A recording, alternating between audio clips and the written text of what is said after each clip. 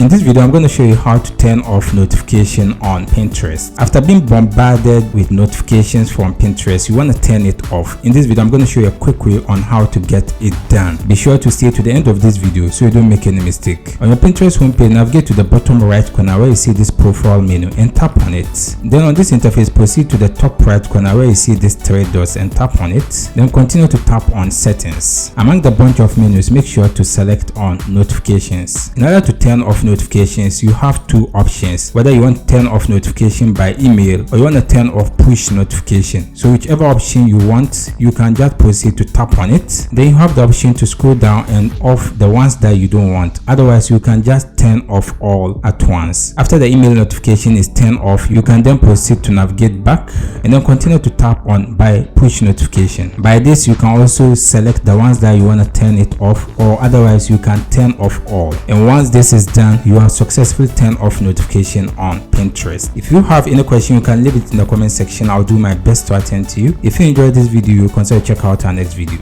See you in the next video.